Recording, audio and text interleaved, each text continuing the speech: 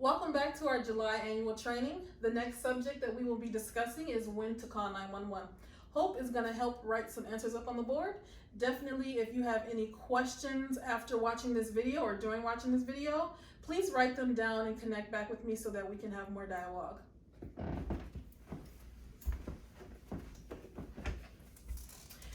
So, when to call 911? There are going to be times and situations in which there's a nuance or maybe something that we have not stumbled across.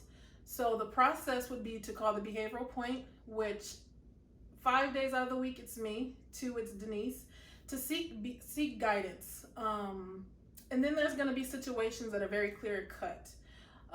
If any of the residents we serve are putting themselves in imminent harm, risk, or danger, you definitely want to call 911. So I'm going to give a few examples. I'm not going to go over all of them. Some of them I may not think of in the moment, but that's why if you have any questions, definitely let me know. So one situation in which you would call 911 is definitely if anyone is trying to run out into traffic and they're being physically aggressive toward you when you are trying to intervene. Another example would be if any of the residents engaged in property damage that was imminent, i.e. throwing hard objects through windows, tearing off cupboards, punching holes in walls, and they are not responding to your de-escalation. I'm trying to go at the pace of the writer here.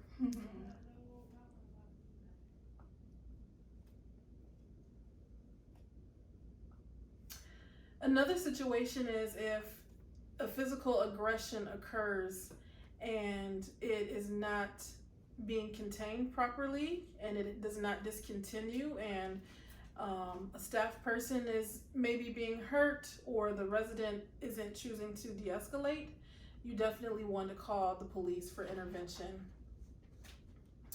If any of the residents are self-harming themselves,